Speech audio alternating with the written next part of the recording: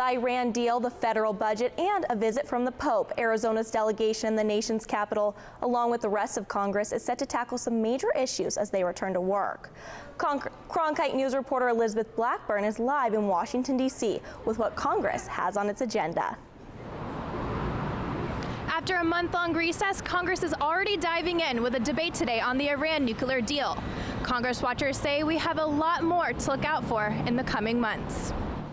There's a lot on their plate. There are 12 legislative days between now and the 1st of October when they have a lot to get done.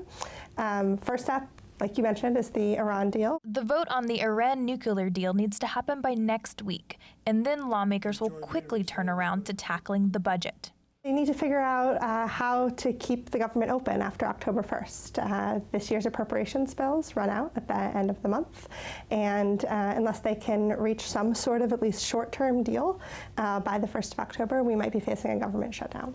It is not uncommon to have this many items on the agenda, says Marge Baker, Executive Vice President for People for the American Way.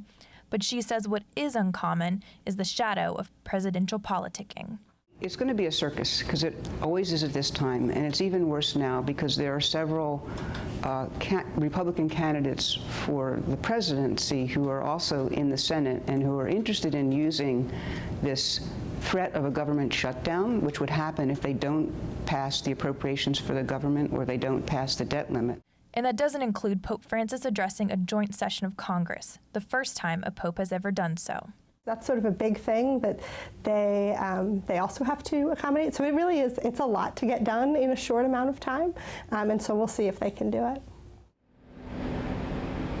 Other items on the agenda are reauthorizing the Export-Import Bank, funding the highway bill, and raising the debt ceiling. Reporting live from Washington, D.C., I'm Elizabeth Blackburn, Cronkite News.